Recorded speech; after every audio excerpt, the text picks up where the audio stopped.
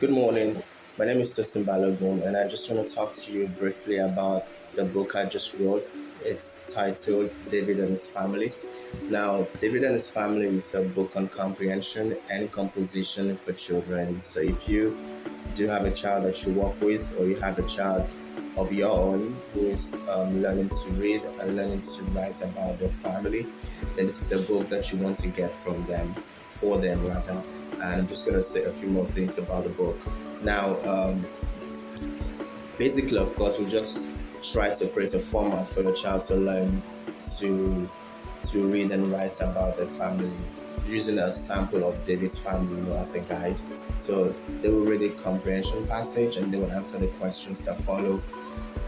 And then, of course, in the end, they will get a chance to write about their own family, because we have the composition segments, okay, where they get to write about their own family as well. So that's interesting for them. Then, of course, we created a number of pages for them to color. Children love to color, you know that. So they can color. This is David's daddy. Then we have David's mommy. We have David here, and then we have the siblings behind as well. So yes, they can get to color. I'm gonna talk more about that later. Um, but then, of course, this book is also applicable for children who've got special needs. In fact, this is particularly for children who've got special needs because we have created a way to find a way to adapt the content of the book for every child that has special needs, especially if they're at this level we're talking about. So it really doesn't matter the child's baseline skill. Even if you think your child that's got special needs is unable to read and answer comprehension passages by themselves, they can of course go through the picture pages to learn about the family of David.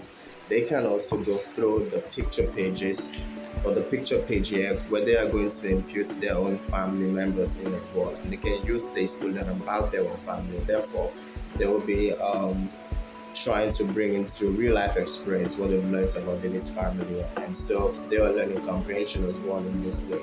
Um, but even if your child who's got special needs is able to read and answer questions, you would agree with me, especially for children who are on the spectrum, that one of the things that they struggle with is things about imagination, the theory of the mind, and all that. And sometimes it's difficult for them to see that a question can be posed in more than one way. So, for instance, if you asked someone who is your friend, and they say the friend is John, and if you ask the same child who is John, they may find it difficult to give you an answer to say that John is my friend. So, I mean, you're literally asking the same question in two different ways, but the child who is on the spectrum may find this difficult to answer. And this, of course, got into some other aspects of their lives, and that's why it's important that when we present content to children who are on the spectrum or with special needs, we have to think about what the possible difficulty might be and find a way to mitigate that. And that's why we've created the question format in this way.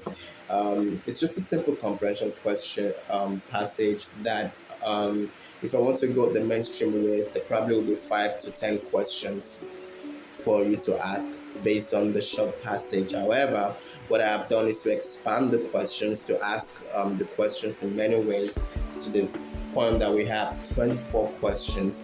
And this is just repeating some questions but trying to change the format. Okay, for instance, we have there's a question that says, who are David's siblings? And you also have another question which then says, what are the names of David's siblings? You're literally asking for, or you're literally requesting for the same answer, but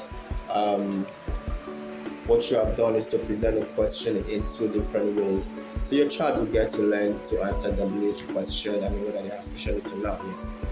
They'll learn to ask or to answer WH questions in terms of who, what, and of course the how questions as well. So it's important. Finally, because I want to make this a short video, one thing I think you will love about the book is the reusability of it. Okay, so yes, of course, I want to make money, but I also want you to have value for what you're purchasing, which means that for the price that we're giving this book out, I want you to sit with your child and walk through it. I know think that So the very first moment I do this, and that's the end of the book. The book is reusable. It's reusable in the sense that if you go through the coloring, okay, you get your child a wax crayon, for instance, to color this. You actually can erase it. This is the sample book I use everywhere, so it's something we've tried and tested. Of course, we know that. So I think the child has done some coloring here. So for instance, this is a child trying to use a wax crayon on this. This is something you can erase with a very good eraser, and the whole thing will go back to the way it was, which means that you can have an activity on day one, and then another day, maybe day three, you want to go back to coloring again. You can erase it and ask the child to color again. Change colors if you want, so that's reusable. And then, of course, on the page where you answer the questions as well, as long as you're using a pencil, you can also erase, and then you can go back to the questions again to answer them. So that's fantastic.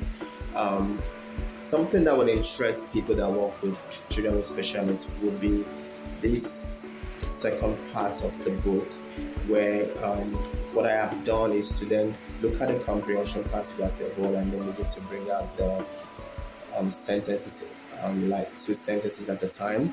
So if your child may find it difficult to read the entire passage and then answer the questions that follow, you can just go to these other aspects of the book. For instance, this is just a 2 sentence, and we have the questions for those 2 sentences. So you can, in fact, do a photocopy of this. So if you have the ebook, just print out this particular page or any of the pages like this, and you can just have the child to read just 2 sentences, and they can answer the questions that follow.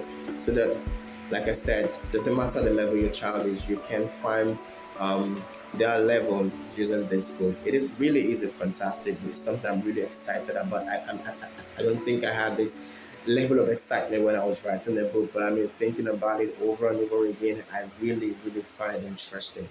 On the page, you will find that what you can see is a comprehension passage on David and his family that helps your child improve cognitive, fine motor, and social skills. And that really is true. I mean, fine motor skills in terms of the fact that your child will learn to color, your child will also learn to write as well. Like I said, it's reusable, so you can keep practicing and keep practicing and keep practicing. It's so fantastic. This is going to be a purposeful task, especially in terms of coloring. You're coloring for a specific purpose. You're coloring David, for instance, and in coloring David, you're talking about his face, his eyes, his nose, and things like that. It's really a fantastic book that you can use for your child, and then of course they can improve their cognitive skills. Of course, the fact that they are going to answer comprehension questions mean that you're improving their thinking ability, the ability to of course to pay attention to what you're doing, and then, like I did mention, to improve their imagination skills. Okay, you want to improve their imagination skills, for your child to know that you can ask a question in multiple ways, not just in terms of answering the questions, but also in terms of how they will then begin to learn to ask you questions as well, So the cognitive skills in terms of that, and then of course social skills. Many of our children will need to learn what we call social questions. You want to ask about their name, the names of the parents, the siblings, the address, and things like that. That's what they'll be learning from David's family. What they'll be learning from David through his family. And then, of course, it's something that they would then begin to bring home to themselves, because, like I said, there is a composition bit where you're going to help them to, follow the guide that we have on David and his family, for them to apply it to their own self, so that you can use the opportunity to practice some drills about their own family as well, and for them to answer these social questions. What's your name? What's the name of your brother?